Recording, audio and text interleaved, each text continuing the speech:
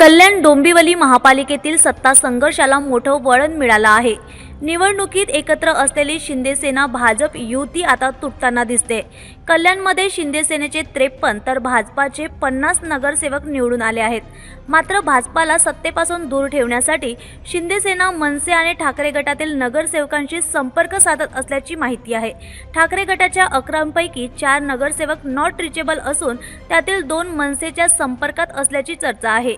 आज कोकण भवन येथे मनसे नेते राजू पाटील 7 नगरसेवकांसह गट नोंदणीसाठी पोहोचले।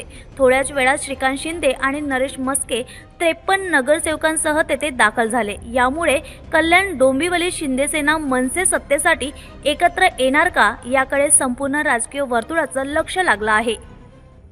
कल्याण डोंबिवली म्युनिसिपल कॉर्पोरेशनचे 53 शिवसेनेचे नगरसेवक यांनी जो आहे तो आपला गट जो आहे तो स्थापन केलेला आहे, इथे स्थापन करण्यासाठी आलोय। त्याचबरोबर मनसे जे आहे, मला वाटतं 5 त्यांचे नगरसेवक या ठिकाणी त्यांचा गट स्थापन करण्यासाठी आलेले आहे आणि या ठिकाणी मनसेने जे आहे हे समर्थन जे आहे हे शिवसेनेला जे आहे या गट स्थापनेच्या निमित्ताने जे आहे ते दिलेलं आहे। राष्ट्रवादीचे 1, काँग्रेसचे 2 आणि जे काही नॉट रिचेबल नगरसेवक आहेत अशी मिळून सत्ता स्थापनेसाठी एडीएमसी मध्ये आघाडी असेल। नाही, याच्यामध्ये जे आहे फक्त मनसे आणि शिवसेना, मनसेने जे आहे शिवसेनेला पाठिंबा इथे दिलेला आहे।